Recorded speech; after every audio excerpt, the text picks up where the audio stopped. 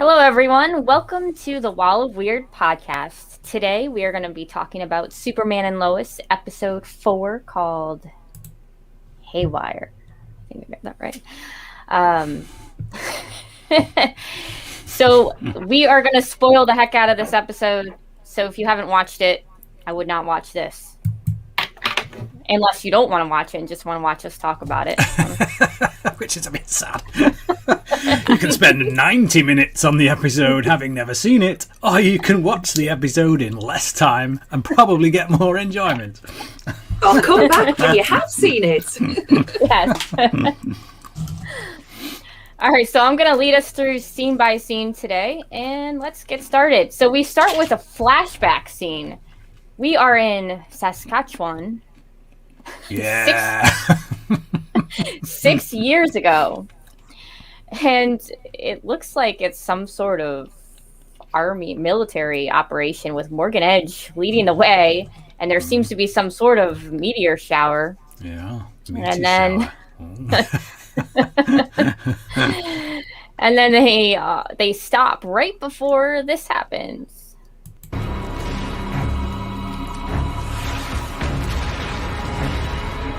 Now the resurrection begins. Yeah, so that was interesting. That looks like a ship to me, but I don't know. What do you guys think? It looks like some kind of pod or something. But 6 years ago, apparently, that took place. And yeah, they've clearly got something mapped out. Let me just. We'll go to the elephant in the room, which is always in the room whenever we do Superman and Lois, which is Smallville. We always find ourselves comparing it to Smallville. And I feel like, actually, one thing that this show perhaps has an edge over Smallville on is that I do get the sense that they have an arc figured out right from the get-go, and I feel like they're dropping things in, whether it's Lex in the previous few episodes, whether it's the superpowered hitman and the woman who cancelled him out at the end of the previous episode, or whether it's stuff with Morgan Edge here that delves into history that shows that clearly they're going somewhere with his character. So props to that. But yeah, it causes intrigue, makes you want to know what that's all about, but we don't necessarily get the answers in this episode. I still think it's Morgan Edge is connected to Luthor. That's my. I think there's some connection there. What do you think, Lisa? I'm not sure yet. Let's see where it pans out. Yeah, but let the resurrection begin. I hate lines of dialogue like that. No one says that. Like, if you're the dude who's in charge of this operation and you've got your minions with you and stuff, they're just lackeys. They're there to help you get the job done. You probably haven't even told them what's involved. So when you say something like that, the lackeys are just all stood there going, "Hey, what? What? What are we doing?" Who's he saying that to? That's purely for the audience's benefit. It's like breaking the fourth wall in a non-breaking the fourth wall kind of way, which is whatever. I get it. It's storytelling, but lines like that always kind of jump out at me. You mean lines like, "Are you man or Superman?" Yes, exactly like that. Yes, exactly like that. Okay. So next Mercenary X84. So no Durban again. No. This week, obviously, there has been a particular movie that has been released, which has pretty much taken precedence in most of our lives, except Nicole, because she refuses to watch it. I will watch it. So she needs to get on that and quick. But no, Durban's had a lot of she has. Durban's had a lot of content to put out this week with regards to Justice League, and sometimes it's too much if you have to do a stream as well. So we've just said, you go and do your channel stuff, we'll take it this week. And you won't always get Durban, and you may not always get me, but let's just the way the cookie crumbles. All right, so the next scene is the football game in the rain, and we have most of our characters there. We start off by seeing that Morgan Edge is hanging out with, and apparently the mayor is also at the football game, so this football game must be a really big deal. Where the town all got together. Very small town, isn't it? And Morgan Edge finds out that Lana works for him while he's talking to Kyle and says, "Hey, I want to meet for dinner." And then because he didn't already know. Yeah, right. It's pretty insistent, yeah. Uh-huh. And then we have Sam show up at the game too. Grandpa came to watch the boys play football, which Lois was surprised about. You never came to any of my games. Yeah, big dig.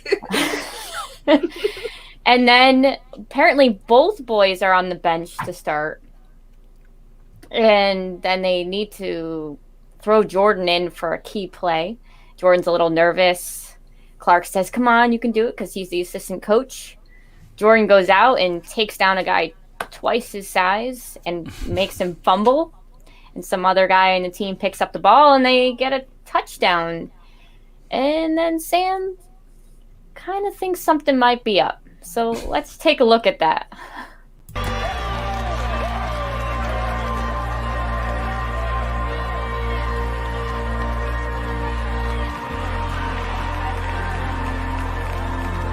Something you want to tell me?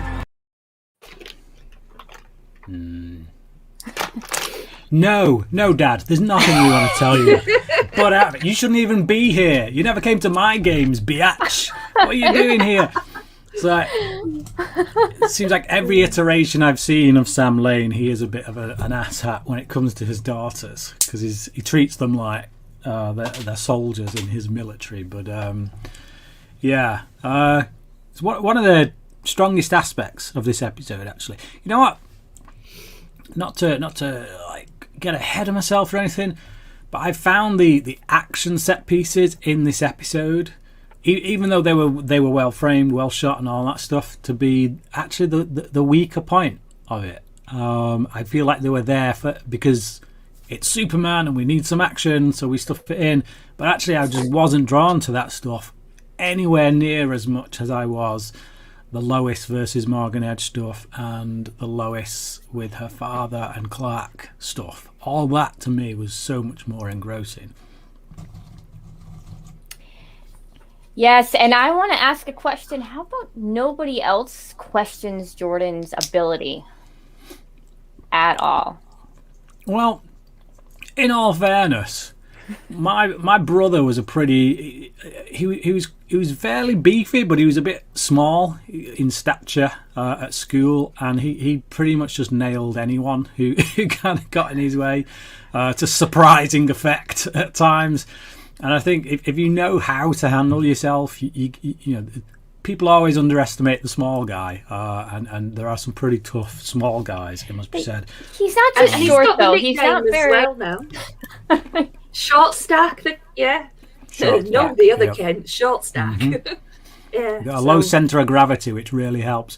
But it's just, I think clearly everyone's surprised by it. Like the coach was very surprised by it when he first saw it. But I don't think it's so far out of the realm of possibility that people wouldn't accept it. Obviously, Sam Lane knows certain things that no one else knows, so instantly he's going to make the connection. Whereas I think for anyone else, it's, oh, that's unusual. Kid's pretty strong, stronger than he looks, but I don't think it's so far out of the realm of possibility that they'd be questioning it that much. Yeah, I guess he just doesn't look well built either. It's not just that he's short, and doesn't seem that athletic on any other basis either.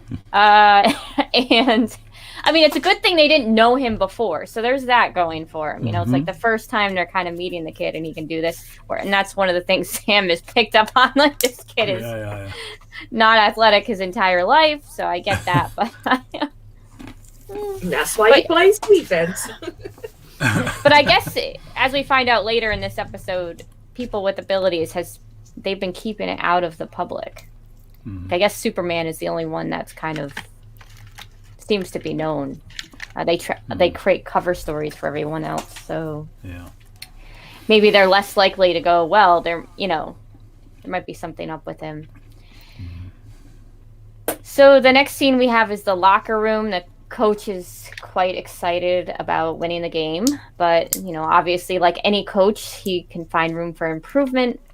And while that's going on, we hear Sam and Lois having a conversation about what's going on with Jordan and why, is this why you moved to Smallville? And they're having a real confrontation, and Clark overhears this conversation and shows up, and then we see this.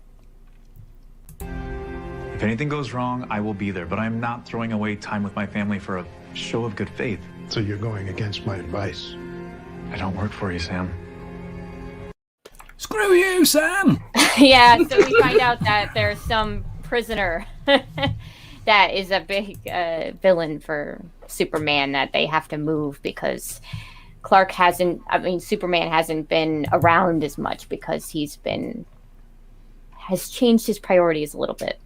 Yep. And Sam is not happy because he seems to think of him as his soldier, and Clark is kind of stepping in here and being like, no. I don't work for you, Sam. I'm nobody's soldier, bitch. But the military guys and the DOD, they've spotted the change in Superman's behaviour, which is why they want his presence for the prisoner transfer. Now, the DOD is also in Supergirl, from what I remember. No, that's DOE. DOE? Is it? Yeah, it's a different department. Right. Is DOD an actual department in the military? It is Department of Defense. Department of Defense, yeah. Yeah, but I think it's DOE or something else in Supergirl. Interesting. Extraterrestrial, yeah.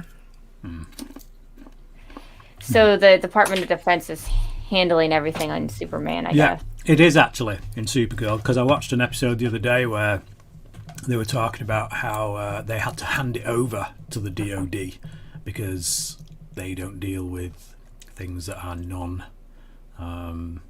like you say, non-extraterrestrial or non-superpowered and stuff. So we also find out that the military is scared of Superman and that Sam has been protecting him. Apparently.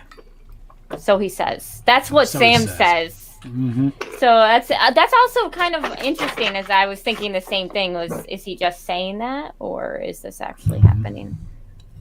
I can understand why.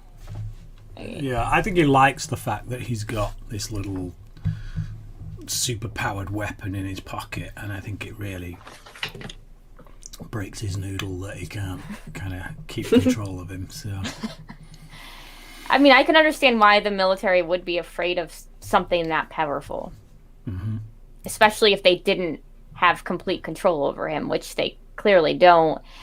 And I wonder, up to this point, did Sam really feel like he did? Or that's something that I was trying to understand as this episode went on. Was this the first time that his perception of Superman has been changing in terms of how much control he thought he had over him? So the next scene, we have a diner scene. So all of the football players and bunch of other kids from school, they like to hang out there, and we had a little fight between two of the players on the team. Tag, which we find out was injured in the explosion in the first episode, has a broken arm, and he's one of the key players, and he was kind of pissed off at this other guy who he doesn't think does a very good job, and he's like, we're not going to make playoffs. And then we have Jonathan and Lana's ex. I don't remember what his name is. Sean. Calm him down. John? Is that what you said? Sean. Yeah. So I was surprised. Sean stepped up a little bit here and actually de-escalated the situation. Well, they're hanging out in the diner because they don't have a Talon. Right. Yes, exactly. This is the Talon. This is the Superman and Lois equivalent of the Talon. Yes. And, it's no Talon. Shall I play the clip for that? Yep, let's go. Yeah.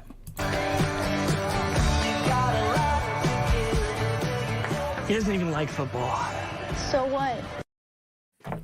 Yeah, so Jonathan's a little jealous, which is understandable. I mean, this was his thing. And now Jordan's also feeling the love of, being a star player. Yeah. He's being accepted. Yeah, it's covering ground, I guess, that we've now covered several times over the course of the past few episodes. But I think I think it clearly has to escalate to a certain point in this season, because clearly Jordan is now kind of undergoing a lot of hero worship, essentially just for knocking people down. Never actually scores any, because as we learn later, his actual football skills are pretty crap. So he's basically just the guy they send in to knock people down when they need to get the ball. But I like that Lana's daughter, who I always forget the name of, is Sarah. Sarah. Yeah, I like that she comes to his defense. I like that she, because at the start of this, it was a bit like, as in episode 1, episode 2, I was unsure as to which of the two brothers she was going to gravitate towards. And over the last 2 episodes, it does seem that she is very firmly in the camp of Jordan for now. Mm-hmm. So I like that she comes to his defense. And she used the line, "He's evolved," which I liked. Yeah. Anything else? So we can go on to the Morgan Edge and Lana scene. So they're at dinner. And Morgan Edge seems to be trying to offer Lana a job. Just one moment. The diner scene, is that where we first get the jitters? It's later. A little later. Is it a bit later that? Okay. Yep. Yeah. Right. Okey-doke. Yes. Because I thought he ran out of the diner because he started getting jittery in his hand. But Yeah, so Kyle is there too, and Kyle's really likes Morgan Edge. Too much, you might say. He thinks that he's this great savior coming in, and Lana doesn't really take to it. Let's take a look at the clip. Perhaps you can find something more worthy of your unique gifts. If you want to make a real impact, I can be a resource. She's clearly not happy with this offer, but it is interesting that he's trying to recruit her for something special, which we kind of find out more about later. Well, he looked into her background, checked out what college she went to, questioned her why she stopped in Smallville, and he prides himself in bringing out the best in people. The thing is, She doesn't fall for it, though. Yeah. He is a bit of, he's a sleazeball, okay? We all accept that he oozes sleaze like the sleaziest of sleazebags. But obviously we're going to have an argument in a bit between Kyle and Lana, which kind of hinges on, I guess, the perception that Morgan Edge was somehow coming on to her. And I don't know how you, obviously you two being the ladies, I don't know how you feel about that, because to me in this scene I don't necessarily get that he's coming on to her in a sexual way so much as power. There's definitely a power trip thing going on. Yeah, there. I don't think that's the line.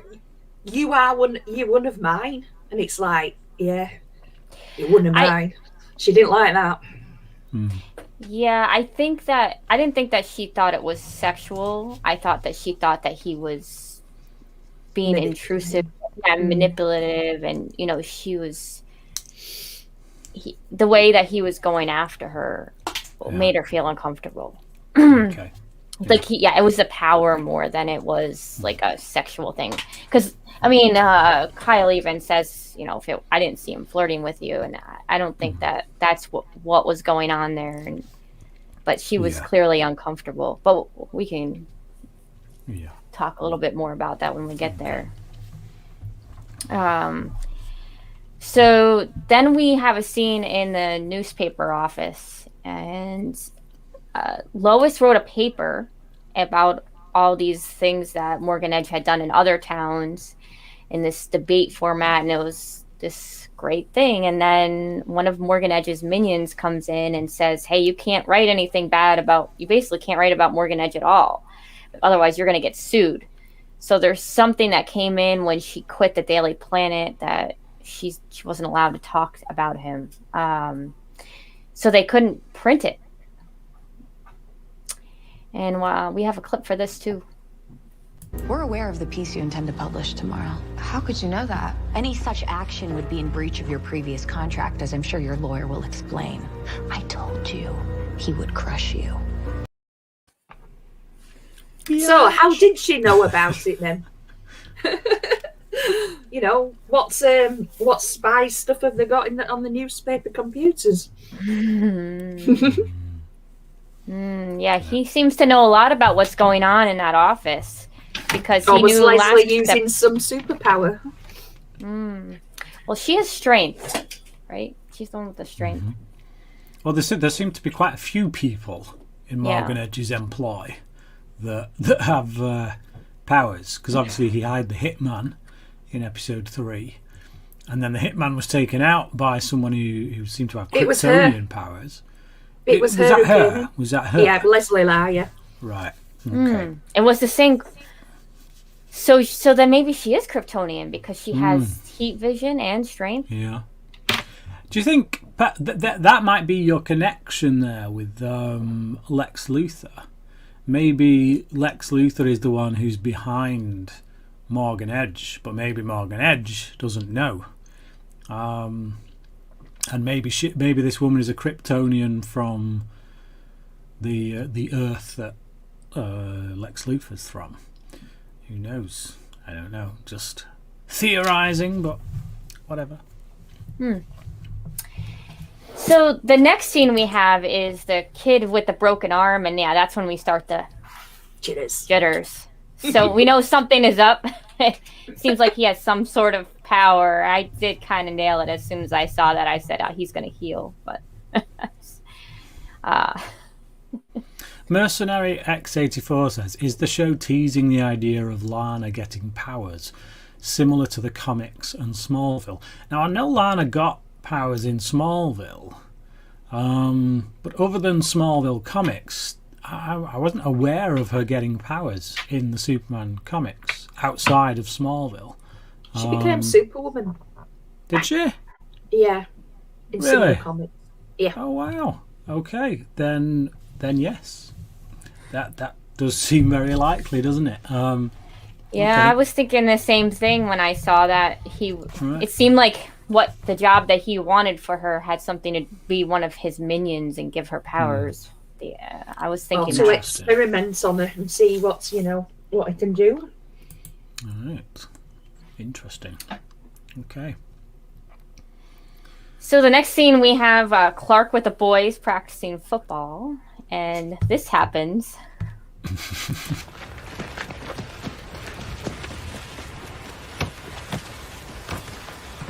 Oh, well, that's why he plays defense.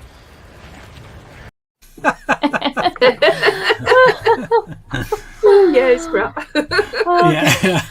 I don't think anything needs to be said about that. It pretty much speaks for itself, doesn't it?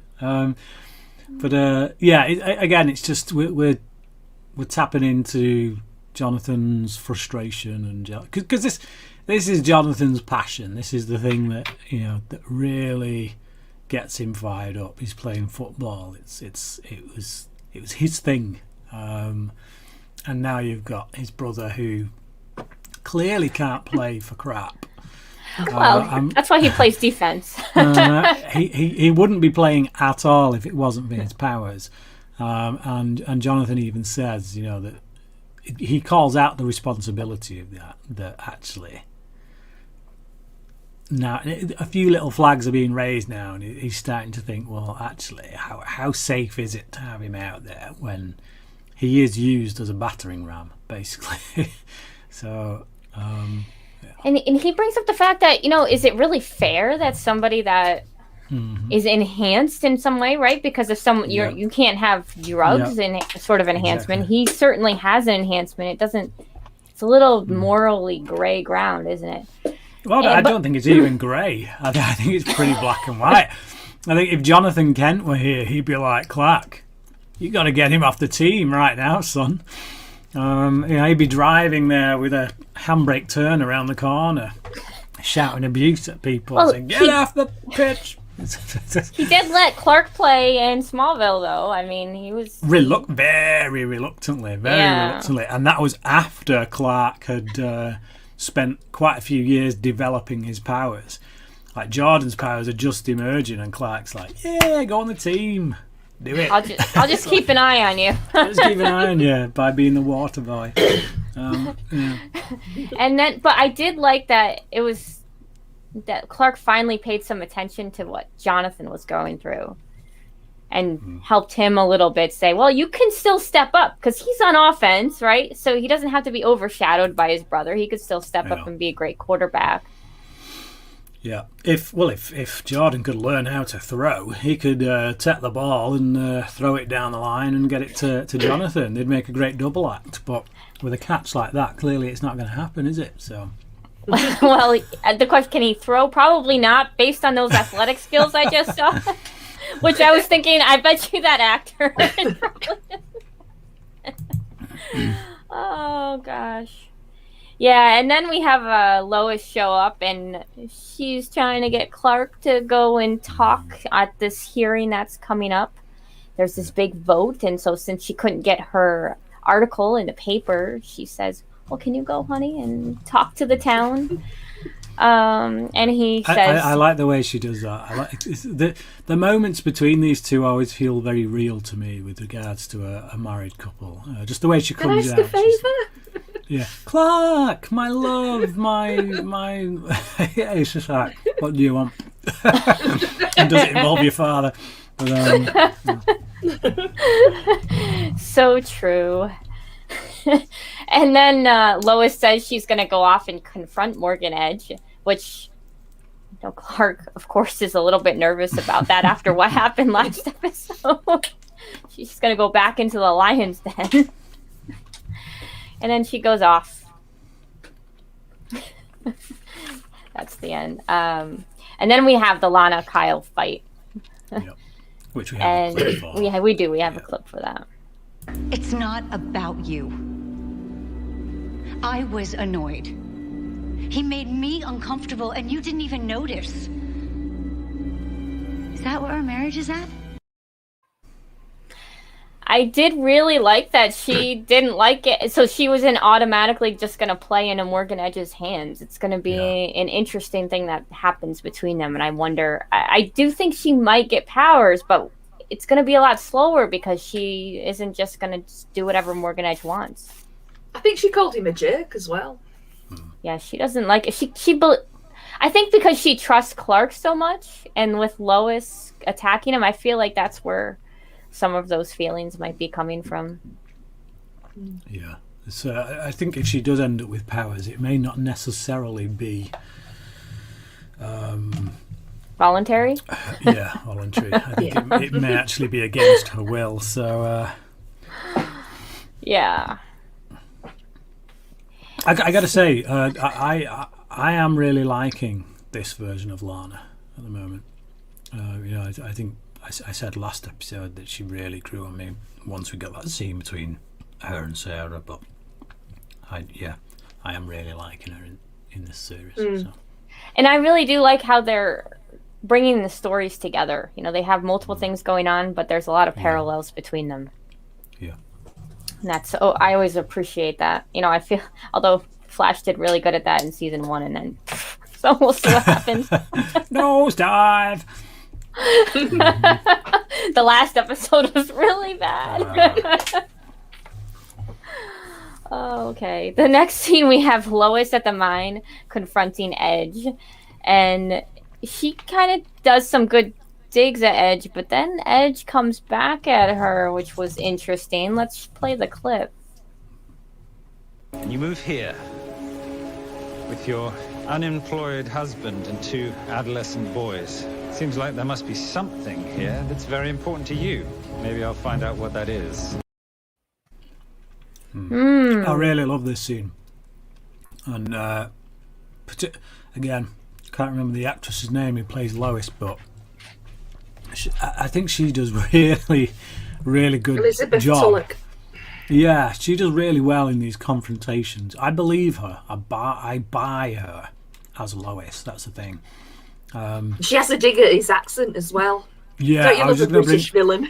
I loved it. I love that moment when she calls him out on the British accent, and then he starts to defend the fact that he is genuinely British, and she's like, "Oh my god, who cares?" And she just like literally waves it like, "I don't care." It's just like, it was an insult. Take it as an insult.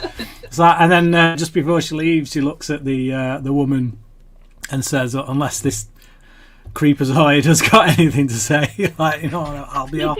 But yeah, just. She carries the attitude of Lois Lane really, really well. I buy it. That's the thing. I just buy her as this character. I obviously we're all part of the Smallville fans Facebook group, and somebody posted on there the other day about how most unattractive Lois Lane ever. You know, and it really got under my skin, because it's like, actually, surely they should be trying to cast someone who is right for the role before, over and above how attractive they are. And it's just like, I find as well, once somebody embodies a character, they actually become more attractive as they go on. Okay, I'm not gay, but judging from what I hear from the female quarter. Michael Rosenbaum, for example, as you know, if you, when Smallville first came out, you had the posters. This is our Lex Luthor. This is our our Clark Kent, Tom Welling. I'm pretty sure every woman across the planet looks at that poster and thinks, "Wow, Tom Welling plays Clark." Definitely, no one's thinking, "Wow, that bald guy there, Michael Rosenbaum, whoever that is." Yeah, but as the show goes on, and Michael Rosenbaum proves himself as an actor, shows what he can do, embodies that character, suddenly you get all these like female fans coming out saying, "Yeah, Rosenbaum all day, every day." You know, so it's like, you have to give actors a chance, and I think that's part of the genius of casting, is actually get the right person for the job, and they'll win you over with a performance, and then sooner or later you'll find that people are actually growing to them, like attracted to them in more than just a personality kind of way. But yeah, for me, she nails it. I think some of the comments also, you know, in the forums as well, they're a bit ageist towards her as well. But you know, she's the mother of 2 teenage sons, I know. And Clark has got these super genes where he doesn't age. So you know, Lois is older, but you know, Lois is older than Clark in Smallville, and Amy Adams is older than Henry Cavill. You know, it's not going to make sense if you get someone who, you know, if you bring in someone who's like season 4 Erica Durance. It's just, how's that going to be remotely believable? It's just like, it works for Smallville because, hey, they're kids in high school apparently. Yeah, but she's got to have maturity of being a good reporter. Yeah, no, I totally buy her as this character, and you know, I was sceptical at first when all I had to go on were images, but yeah, she's really won me over. What's interesting, as I completely agree with you, and that's how I feel with the male characters, is that I can say, okay, that guy is attractive. He might look attractive to begin with, but I don't really feel for them until I'm pulled into the performance and I really feel for the character. And then on the backside, you start to get you're more attracted to them. Yeah. So, I mean, Justin Hartley is a good-looking guy, but I don't feel the same way as I do towards Tom Welling, just because of how I feel towards the characters. Yeah. So it's I agree 100%. Of course, I don't think about Lois in that way. So yeah, I just wanted to call out that kind of attitude that really, I think is very outdated. Is this idea that this is the least attractive Lois we've ever had, so she's going to be the worst. No, give it a chance, because actually she's really good in the role, and she might 2 years from now be on the top of your list. So, well, I think the other thing is that people are so used to seeing those characters played a certain way, and it takes time to really.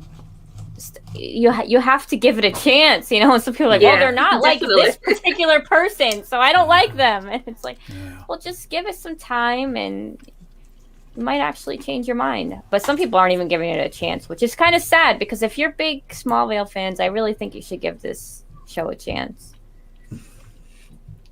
So we'll move on to the next scene here, and we have Sam, who's tracking Killjoy. Killjoy is being transported, and let's see, I do not have a clip for this one, but that's when he blows up the van so that he could get released. Yeah. And at the same time, we have something going on with the boys, where that they're at some party.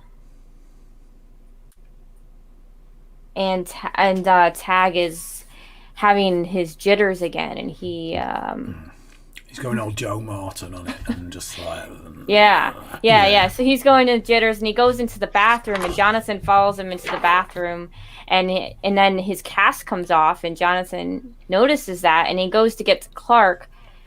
So at this point, you have Jonathan telling Clark, hey, I need you to check something out, which really I didn't think was a very important priority considering what was going on with Killjoy, because Sam actually hits the ELT, is it called, and says that he needs him right now for this prisoner that has gotten loose and is killing people, by the way.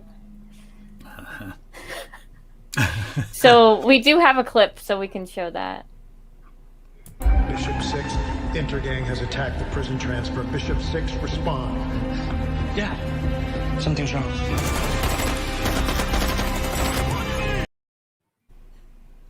So what do you guys think about Clark's decision here? I still totally get it, because this is his son who's just come and said something's wrong. What did he do? Say, not now, Jonathan, and swans off. It's like that's Clark is between such a rock and a hard place in any of these situations, because he's trying his damnedest to be a better father. And as a father, I understand that. And it's like, yes, there's always going to be evils going on in the world, and you can't stop them all. But you can take the time out to be a good father. And if you bring up your kids right, they're going to be people who offer something to the world rather than take something away. So you can do as much for the world by bringing up a morally decent person. So it's, I understand Clark's dilemma. I think at the very least it's right for him to check what it is that Jonathan says is wrong before he goes running off. Mm-hmm. Plus, Clark did say, we'll talk later, but I've got a call, and then he dashes off. Whereas if the kids hadn't known about the secret, he couldn't have done the line, I've got a call. Something, in my other job has come up that's, taken precedent. But hang on, we will talk later. It's just, can you imagine if Jonathan came and said, Dad, there's a problem, you got to come right now. And he says, sorry, Jonathan, job. And he swans off, goes and does the job. And then he comes back and Jonathan says, Dad, what I was trying to tell you is Jordan's fallen over, hit his head, cracked it open, and now he's dying in hospital. It's like, you know what I mean? It's like... So let me give you my thought. I think there's something between what happened and what you're saying. Because he goes in... I think if he got a call, because that's serious, that means that something really bad is going on, right? Mm-hmm. I would say to Jonathan, is this an emergency? because I think that if he said that, then he could make the assessment. Oh, well, there's just something going on with this kid, and then he'd be like, okay, we'll talk about that later, and then zoomed off. Instead, they walk into the bathroom. Oh, what's going on? Oh, I see. So your cast came off. Well, that's very interesting. They have this whole dialogue for a couple of minutes, and then he's like, yeah, I think I better go and find out what's blowing up. Well, I think in that moment he does do a bit of triage of the situation, though. I think the thing that bugs me most about this scene is the fact that those two security guards that are on the detail for that criminal who's been transported seriously need firing, because they just sit there for what seems like a millennia while this guy talks about all the ways that he's escaping, and he goes through it like every detail, and like, how long is it going to take for these guys to twig before it's too late? Why I don't wear a watch.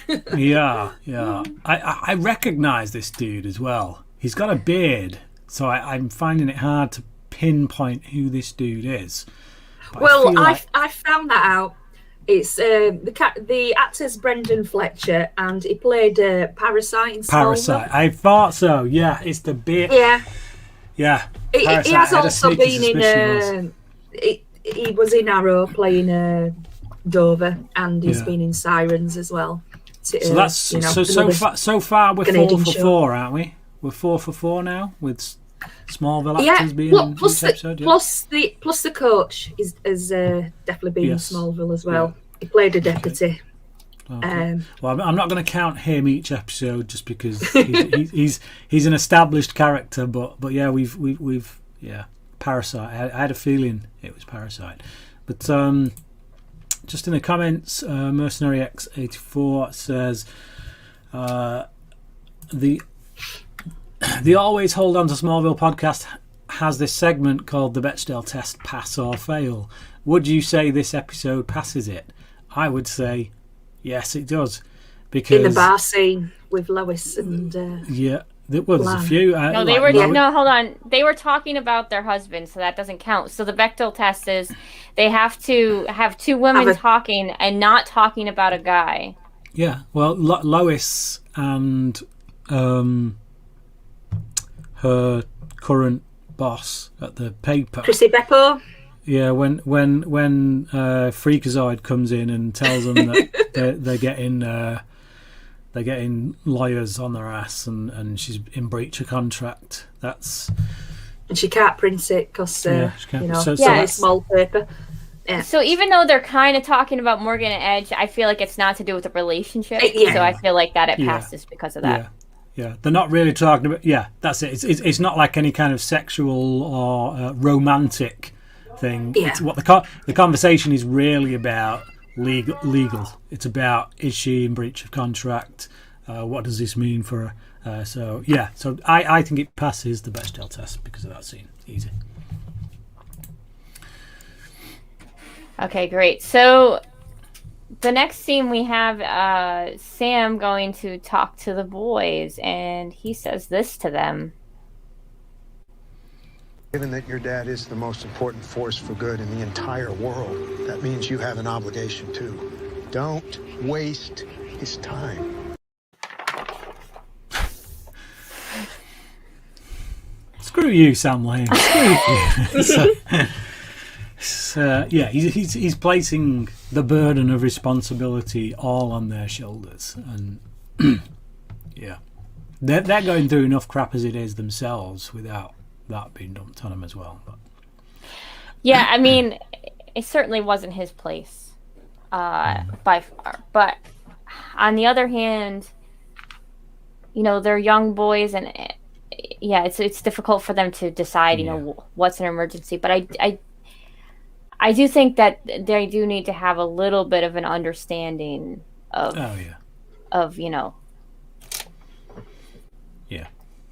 But I also liked the fact of what Sam said, that he was the most important person for good in the world. So he thinks pretty highly of him.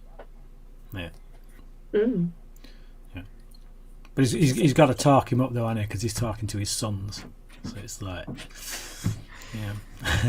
He says it twice in this episode. Twice. But I do see where Sam Lane is coming from here. It's like when you look at the job that Sam Lane has, he sees the worst of the world's problems. He has to deal with it on a daily basis.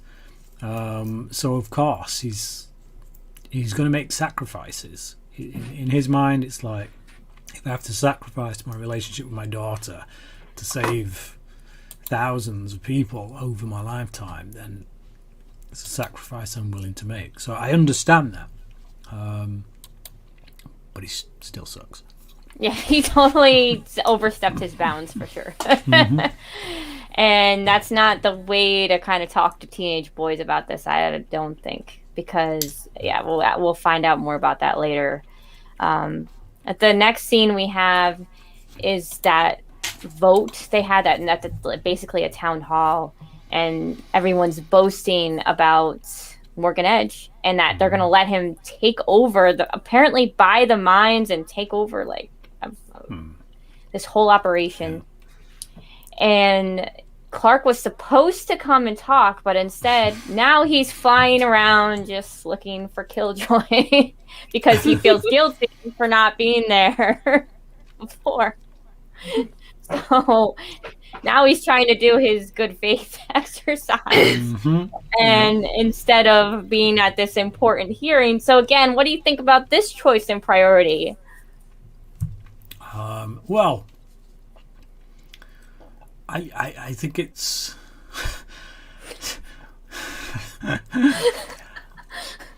again, I just feel sorry for Clark because he's always torn between having to do this thing or that thing, and it's like, well, actually, he'd already entered that fight. He was in the midst of it.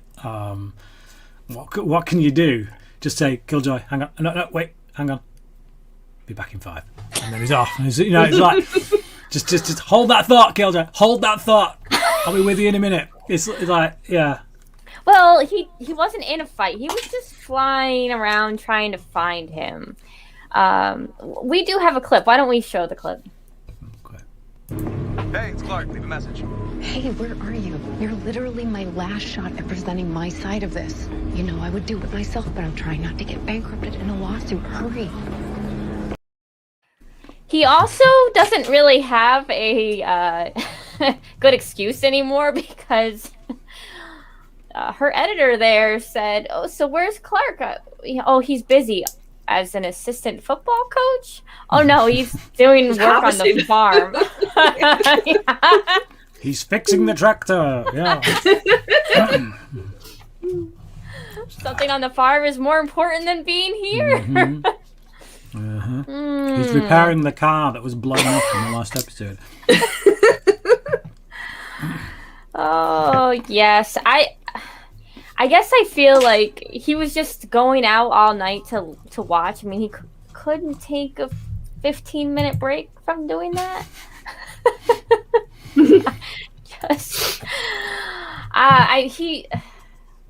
I see him struggling a lot, and I really do empathize and feel really bad for him. And it's easy for me to say it in hindsight, but I can understand where he was from an emotional standpoint. And I really do think that he was feeling bad towards the military because he kind of screwed up with the whole Killjoy escaping. Not only did he not escort him, but he escaped and he was late to come and try to help and didn't even find him, and all these people were killed. So, tough situation, for sure. No. And then we get Chrissy. She's the only one who votes against Morgan Edge. Yeah, so she's didn't seem like the bad guy, Lisa. Like, no one, just me. Okay.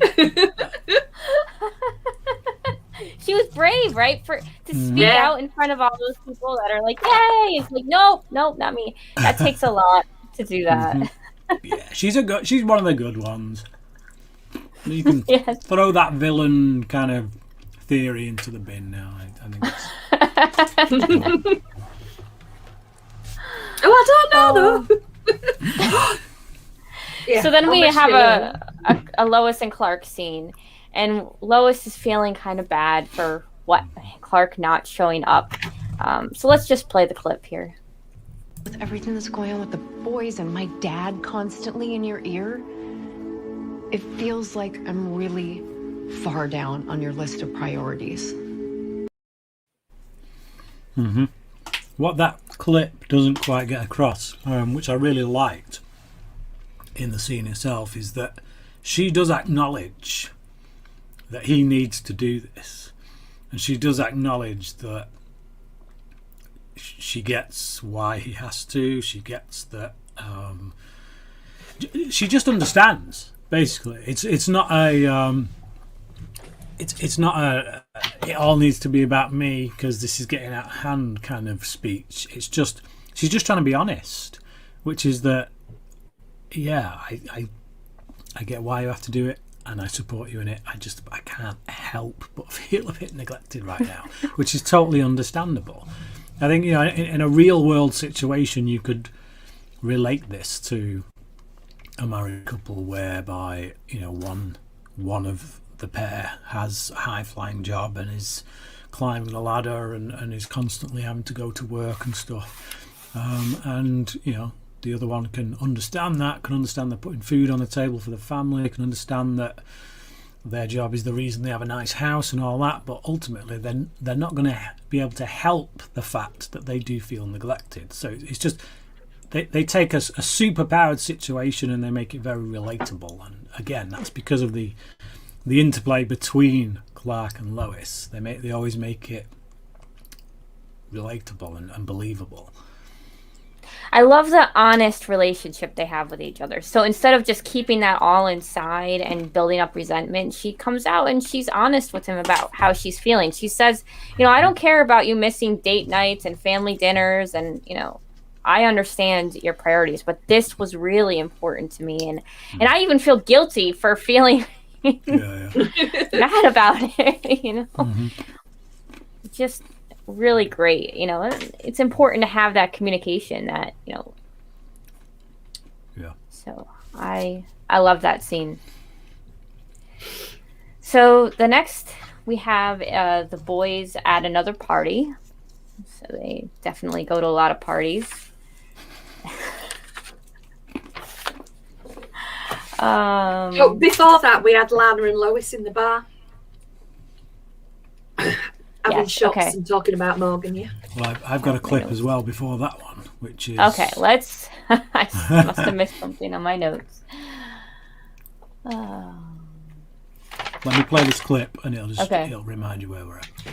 All right, showing me the courtesy of doing your job. I don't really think of it as a job, General. It's more of a call to responsibility, something you and I have in common. Yeah, this was important. I think another moment where Clark's like, you don't own me. I don't work for you. Mm-hmm.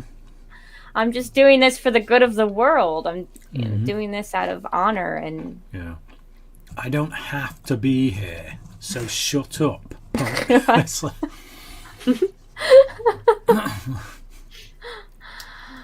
Oh, yes. And so that was a great moment, building up also in this episode. And then we have the bar scene with Lana and Lois. You know, after they both had fights with their husbands.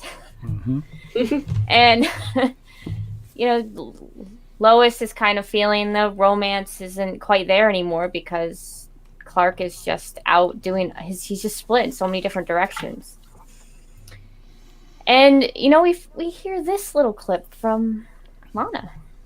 Confident, self-assured, stands up straight, razor sharp. It didn't take long for me to figure it out. Who's you? Yeah, so it was interesting. I'm still trying to figure out where Lana is with things. She obviously admires Clark a lot, and apparently he just ran off, so we don't really hear what the reason why they broke up, besides the fact that Clark decided to go to Metropolis. Yeah. So what kind of closure did they get? I don't know. It's not really clear. And in the comic books, to the best of my knowledge, she was aware of his powers, I believe. I could be wrong on that. I feel like she was, but that doesn't seem to be the case here. So, yeah, what was interesting is that for a moment I thought that she maybe was onto it because of the way she was talking about it. Like, oh, he changed a lot, and he, you know, all of a sudden went to Metropolis, and then Superman probably showed up not too long ago, right? And then he comes back kind of a different person, and then she says, oh, it's because of you, Lois. But I just wondered if... Yeah, it's the woman's touch. I do like this scene quite a bit, actually, because I think oftentimes when you know someone so well and you spend so much time with them and whatnot, you can fall into the trap of looking at their negative aspects that you have to deal with on a daily basis, that you forget why you fell in love with them, and you forget the fact that actually they do have all these other positive traits that are the reason you were together in the first place. And I like that it takes the two of them coming together and pointing them out, because it's not just Lana obviously pointing out all the positives of Clark that kind of reawakens Lois's feelings towards him, but also the flip side to that is that Lois does the same with Kyle. Shock horror, because you think she would not really have anything nice to say about Kyle, but it turns out she does. She respects the guy, and she recognizes that actually, on a daily basis, he does put himself in harm's way for other people. He's a fireman. He is a hero in many respects. And obviously that's going to have a knock-on effect later on in the episode, which I really like. I like that it takes the two of them pointing out the positives in each other's partners in order to bring them closer together. So, yeah. Well, what's interesting is that's not usually what happens. Usually it goes the other way. Yeah, women get together and start bitching about their partners. Yeah, is that it? Yeah. Oh, yours does this too? Oh, God, drives me crazy. I can honestly say that my wife never does that about me. Yeah, I'm sure. No, she doesn't.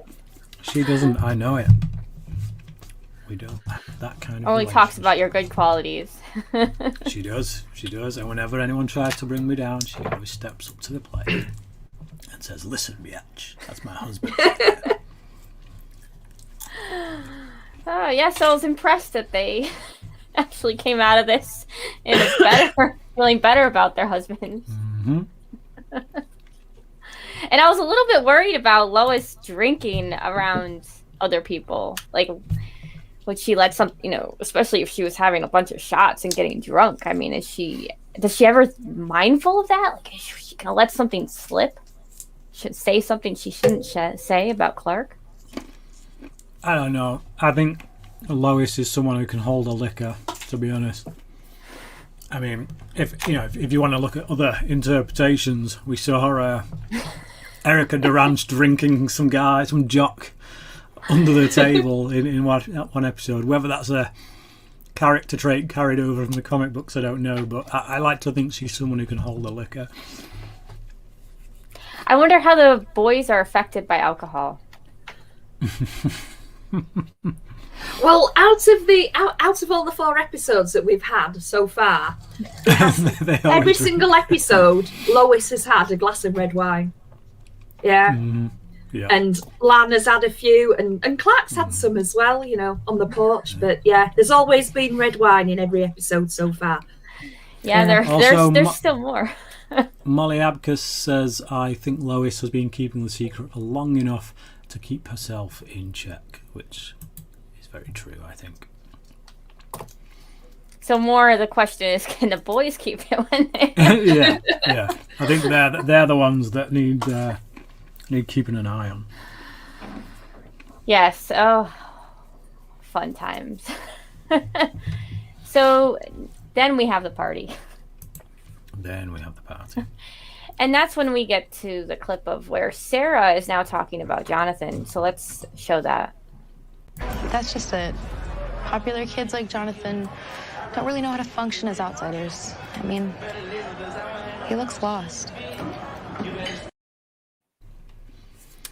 Yeah, so I think another thing that was happening this episode is you're really seeing that Jordan is doing really well in Smallville, and everything's getting better in his life, and Jonathan is just not fitting in well at all, and he's lost. And I love how Sarah's sticking up for him, and so she's kind of a little bit between both the boys. She respects both of them.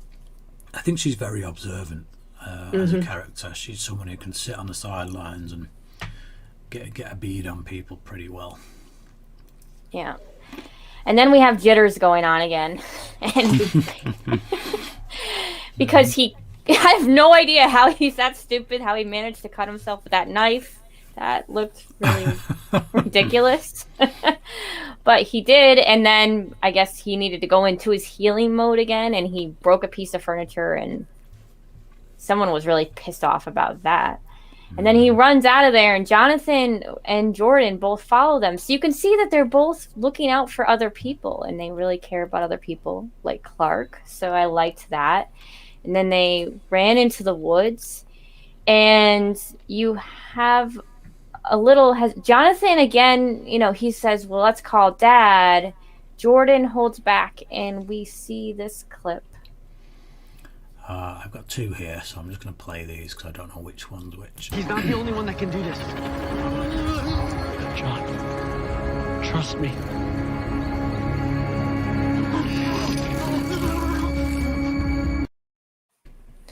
I kind of wanted him to be successful with that, but unfortunately he gets thrown away. Trust me, I'm never trusting you again. It's like, you failed. You got owned. Yeah, that didn't work out so well. And at the same time, of course, because Clark's life sucks, he gets called for Killjoy. And he gets ambushed, completely ambushed with this sonic device. So sound devices seem to affect every hero. No matter what your powers are, it seems like some sort of sound device is gonna take you down. If you've got super hearing and someone's blasting that thing into you, it's I'd imagine it's gonna make your ears bleed. But for some reason, even though he has a sonic blaster hitting him, he could still hear his boys call, because at that point Jonathan does call him, and we see Superman really get taken down over and over, and it just seems like he's almost given up, and Killjoy says, it's because you've been distracted and you're weak now. And then he gets that call from his son, and we see this happen. We need to get out of here now. We need Dad. I need you to get up. Jordan! Dad!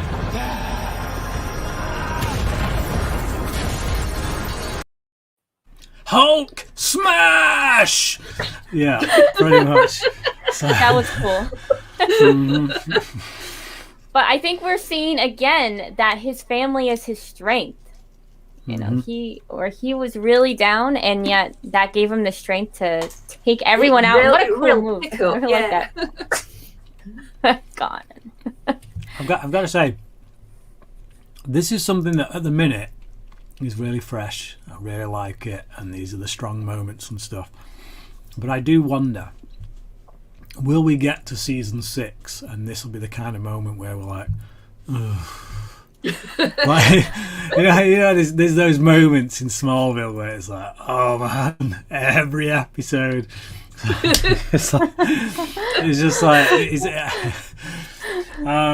this is why TV shows should only ever really last 5 seasons. But at the moment it's good stuff. And then he zooms in there and he grabs the boy right before he's about to go on top of both of the boys. Jonathan protects Jordan again, even though Jordan's the one that has some powers. We see Jonathan's definitely a hero on his own. Clark takes him up into the upper atmosphere. The lower oxygen helps him calm down, and then he takes him to the DOD apparently. Yep. Yeah, so that's then the boys have a conversation to. Yep. Then the boys have a conversation after. So we'll see this.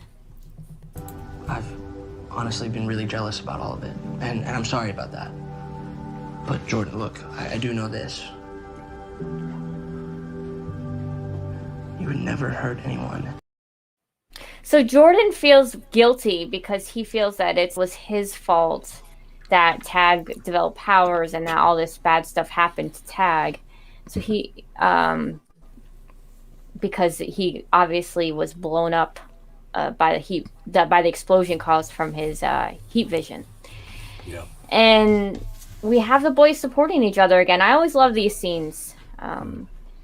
Yeah, but like Jordan thinks it's actually his heat vision itself that has caused the jitters for Tag, which is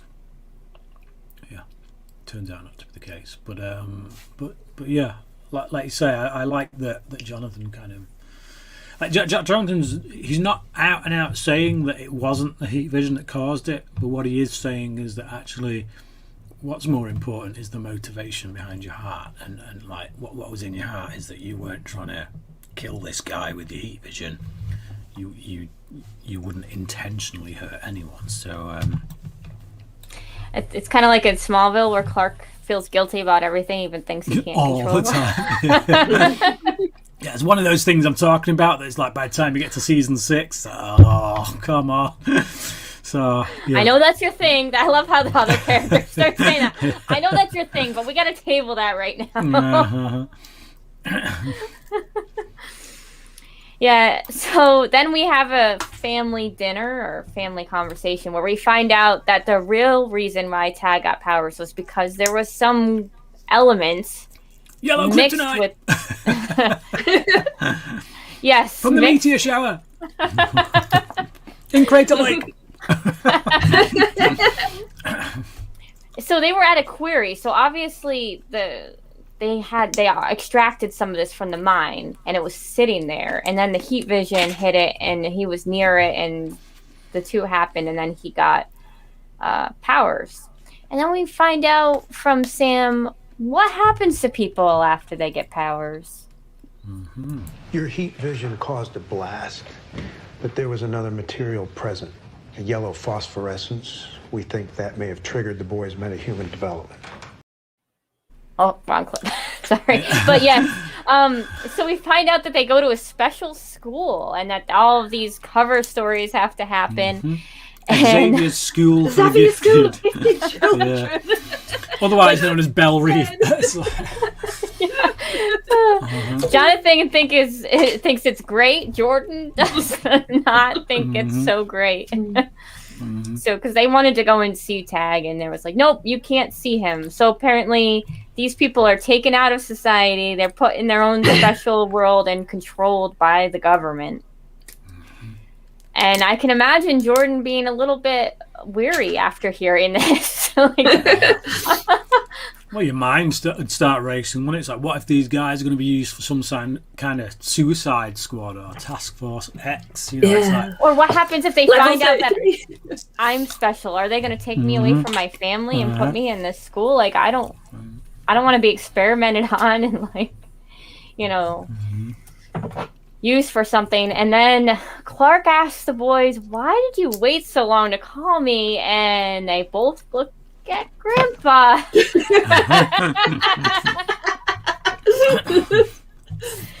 And Clark's face is pretty priceless.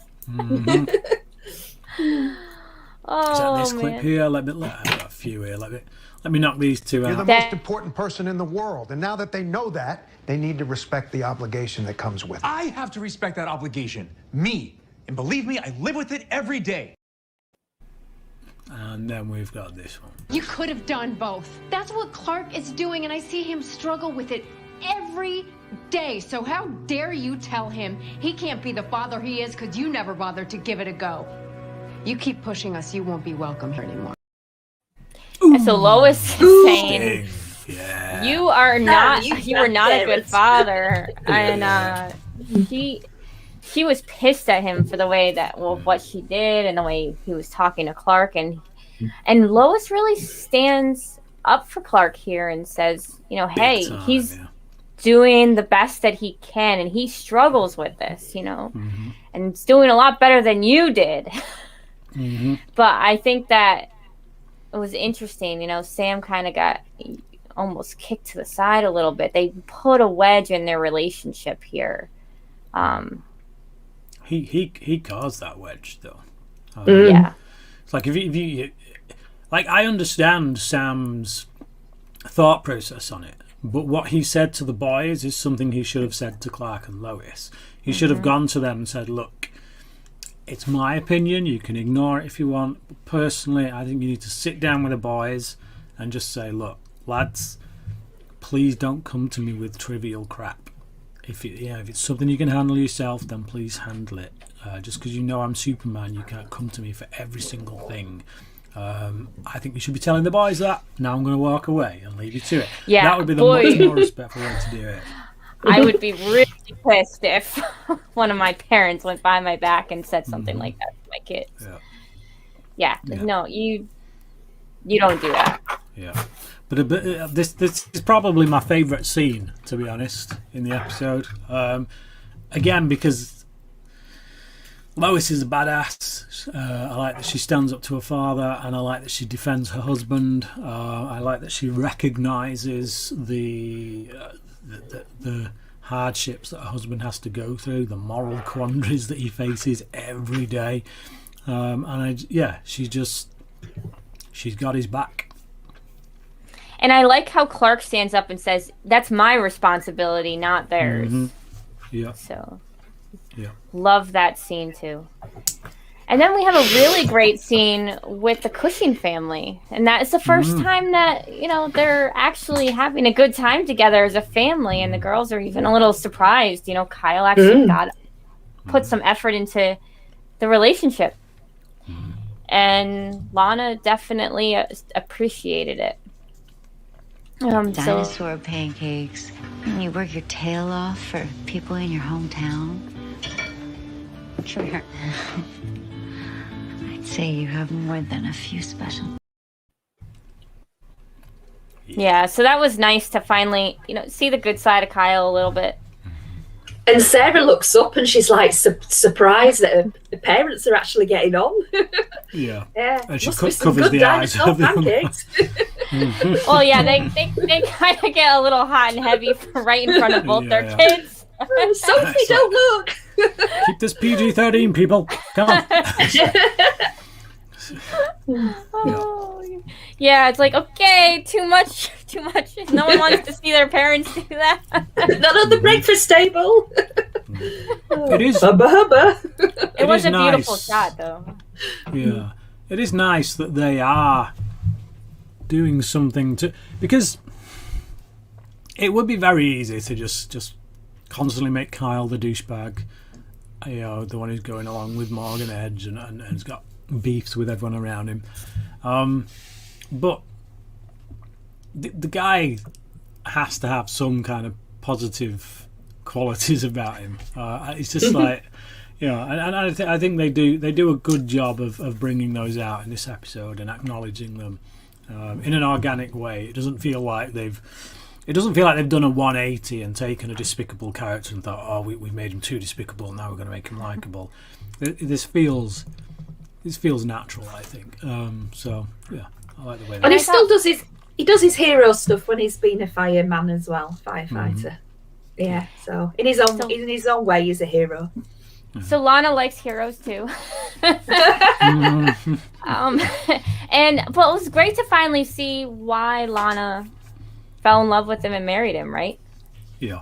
So it was a believable that they were a married couple. Yeah. That was really nice.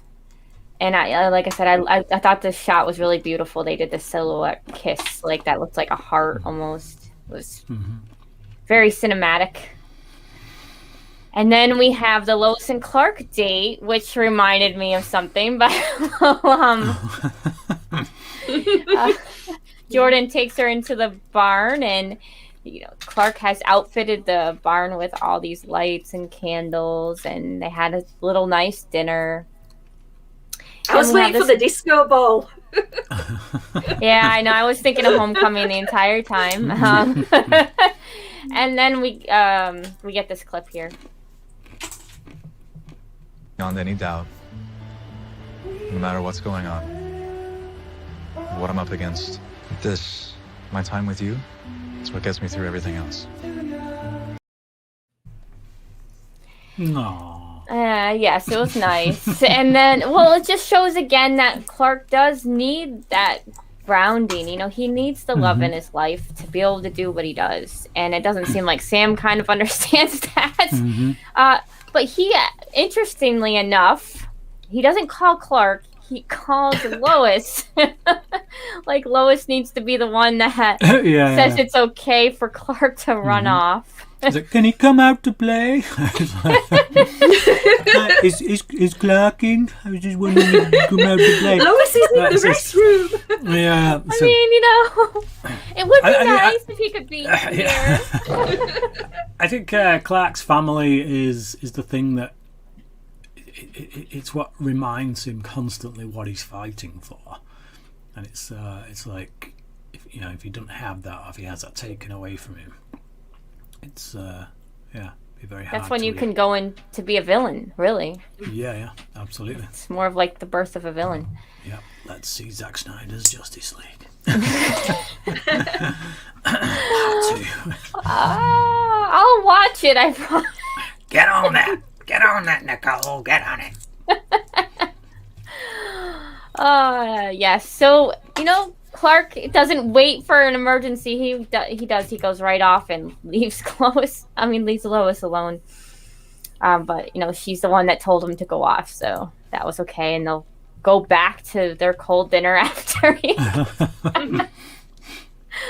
So even though Clark ran off right away when he called, Sam decided to do this.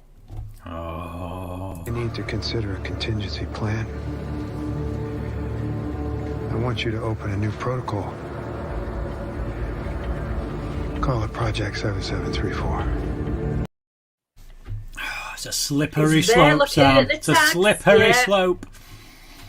I think he just created that situation in Malawi for, you know, Superman to go zooming off to Africa while he's, you know, plotting a scheme. I did not like this. I feel like, I mean, I understand that there was definitely a little bit of a rift between his relationship with the two of them, but then, you know, Clark still shows up for him when he calls. Yeah. And it's not like Superman did anything. Like, I would have understood this better if Superman had just been on red kryptonite and did something bad, or, you know, was affected by something that caused him to act out of character. And I don't know. What did you guys think? I really didn't buy that. I didn't understand why at this moment Sam decided to do this. Like, I can understand why he would want to do something like this, because he understands how dangerous he can be. But why was this the turning point? Yeah, it makes his character a bit weak, because, again, like you say, if this had been a red kryptonite incident where it's like, dude has stepped over the mark, and yes, it wasn't his fault because he was on red K, but we cannot afford this happening again. We need to intervene.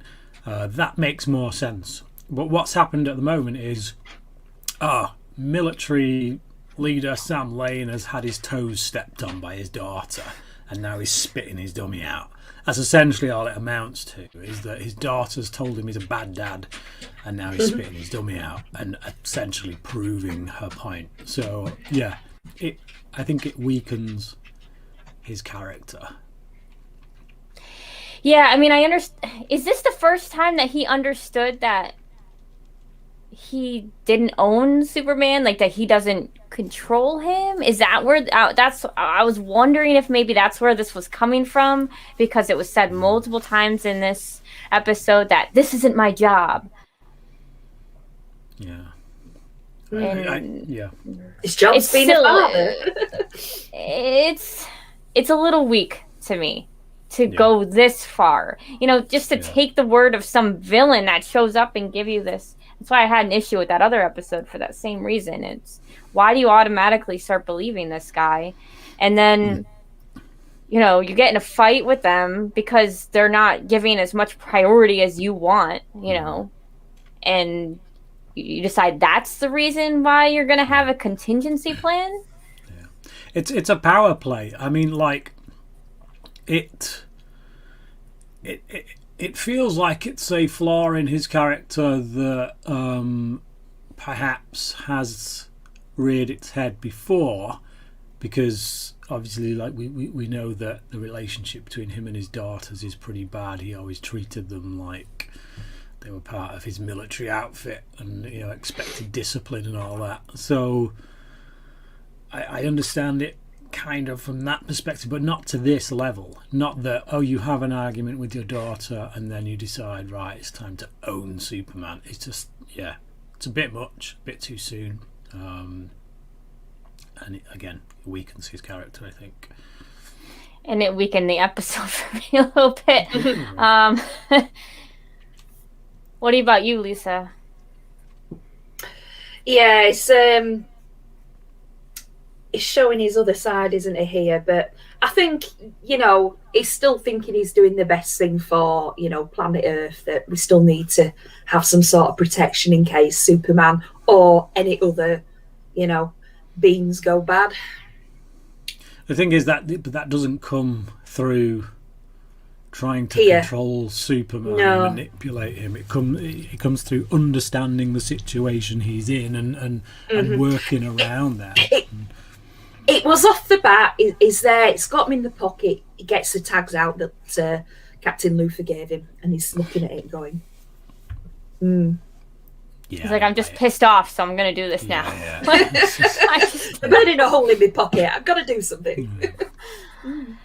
Oh, yes. I guess why, if he was going to do that at this moment, why didn't he do it 10 years ago? I don't know. But then we find out a lot more about what Morgan Edge's plan is as we break into the cave, and this is what we see. A Kawachi case. No, sorry. Choose to mines. Okay, just mines. Okay, here we go. We now own the rights to this land, which holds enough Kryptonite to resurrect an army. So Kryptonite, it's a new kind of kryptonite for us that I've never heard of it before. It is in the comics though, so it is canon. Oh, okay. What do they say in the comics about it? That it's temporarily gives people powers. So temporarily, interesting. Yeah. Huh. We'll see if they decide to go with this. We'll see if they go with temporary or not. and in the comics, a cat got hold of some Kryptonite and ended up with powers. That's scary. Yeah. I don't know. Crypto Kitty. With a cat having it, that's kind of scary. I just say that. That had to be a 70s comic book. 60s or 70s, surely. Had to be. Yeah. Okay. So he's going to build an army. Mm-hmm. So why would he need an army? Yeah, for Lex, obviously. He's recruiting for Lex. He has an eye for talent. Yeah, that's what I think. Yeah. I think Edge is a middleman. Edge is a middleman. It's like, because, like, to the best of my knowledge, he's never been a big comic book villain. All I know him from is the the 3 episodes he was in Smallville for, and even then he was a middleman for Lionel. He was never, So I don't see him as being the ultimate villain of this season. I think he's a middleman. I think. Well, probably. The Thaddeus in this, Thaddeus Kilgrave, he was an Intergang, so didn't Morgan Edge have stuff to do with Intergang in the comics? Possibly. I'm not overly sure. I know. I remember, like I say, all I know of him is what I know from Smallville, and yeah, it was just a criminal boss. Yeah, yeah, he was like a major Bruno crime boss Mannheim of and stuff. Metropolis. Yeah. So, but there you go. So yeah, there's going to be some more Freaks of the Week, I think, which I don't have a problem with them, having some sort of catalyst of why people are superpowered. And obviously, I think you can't just have one villain every episode, the same villain. That's not going to make sense. And you really need to have some superpowered villains against a superpowered character. So that makes sense to me too. So I don't have an issue with it. I know a lot of people are complaining because, they're redoing Smallville. That is one thing I did like a lot about the short-lived Krypton series, is that they took a handful of villains from the comic books and they gave them their proper origins. So they didn't need that catalyst. They didn't need the kryptonite that affects a different meteor freak each week. They just stuck to the, and I think they can do that here. They can, if you're sticking to the comic books, you can give villains that are in the comic books their proper due, their proper origins that they have in the comic books. So I don't think you need to. I understand why Smallville did it. Totally get that, and to some extent they carried that through with things like Flash. They have a MacGuffin at the start of the series that explains why we have all these metahumans. But again, it's kind of unnecessary, because if you want to stick to the comic books, they give us origins for these characters in the comic books that they could just as easily translate into the shows, especially these days, given the budgets and whatnot that they have. So yeah, I understood it for Smallville. These days, maybe not so much. But I get it. It's an easy writing. It doesn't offend me or anything, but I just I don't think you need to do it really. Well, it also gives Morgan Edge a reason for what he's doing, right? That he's turning people into it builds a whole story around him. Yeah. And of course, we don't know where that story's going, so. Instead of having just a bunch of disjointed villains, right? They're all kind of connected into this arc. Yeah. And he did mention about making an army, not just having, superpower to go and rob banks and things like that. Mm-hmm. Okay, so, scores. What do you think, Lisa? I think I'd probably go with a 4. I think some of the stuff to do with, General Sam's a bit, we'll wait and see what happens there. But some of the stuff that he does is just a bit off for me. That's all. Yeah, same really. I give it a 4. I think other than that, really, I think they're trying to get Sam Lane to a particular destination maybe a little bit too quickly. Yeah, destination without the journey. Mm-hmm.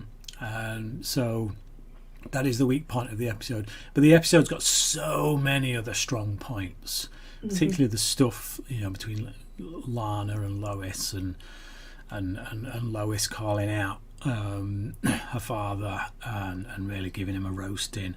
It's mostly Lois moments, to be honest. Again, her confronting Morgan Edge, mocking his British accent and calling his sidekick a freakazoid or whatever it was she called her. It was just, I thought Lois was on fire in this episode. I think she stole the episode, to be honest. But also we got some nice stuff with Lana as well. So yeah, I'm happy. Still invested in the series. I would say it's the weakest episode we've had out of the 4, but by most TV show standards, it's really still quite impressive. So yeah, 4 out of 5 from me.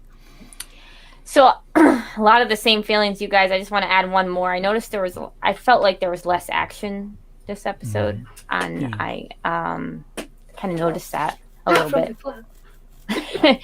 We didn't have that beginning action sequence. I kind of missed it. I know they kind of set up the first. Well, we kind of did, because we had the meteor things coming down, and the army chase thing. It's just because Superman wasn't involved in said action sequence. Yeah, it doesn't count if Superman's not involved. It doesn't count if Superman's not involved. I think there was just the one item that came out of the sky, though, and there was just one crater. It wasn't a whole load of meteors. It was. It looked like there was things in the sky, but that's probably just the burn off from the, Well, it coming into the atmosphere. To be seen. Remains to be seen. But it did look. 90 it did minutes, look. guys. It did We're look at 90 made. minutes. We're at 90 minutes. All right, Let's keep this. More thoughts. I was like, well, it's less than the 4.5 than I did, so then the next step down that I'm allowed to do is 4. Okay. So we're all on 4. Pause, yeah. Okay. Excellent. Nice one. Cracking. Well, thank you to the few that joined us in the chat tonight. Yeah, Dale's turned up. Dale's turned up. Sorry, Dale. We're out. Goodbye. So, you can watch it on repeat. Okay. So, join us next time. Hopefully, it will be Thursday. This week. Obviously, the Snyder Cut really delayed this episode because I'm sorry, but as soon as that came out, the morning it was just hit Now TV. I'm just like, nope. Nothing else in my day. That's it. So it got somewhat delayed, but no Snyder Cut next week. So hopefully we will have Superman and Lois next episode 5, with you on Thursday night. So please, and then we have the hiatus. So then we'll be back with Superman and Lois in May.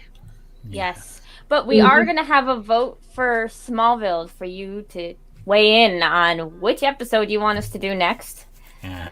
So you can, if you are interested in watching us do the Smallville podcast, check that out. Yeah, we are. I was going to put that vote up on our YouTube channel, the community tab.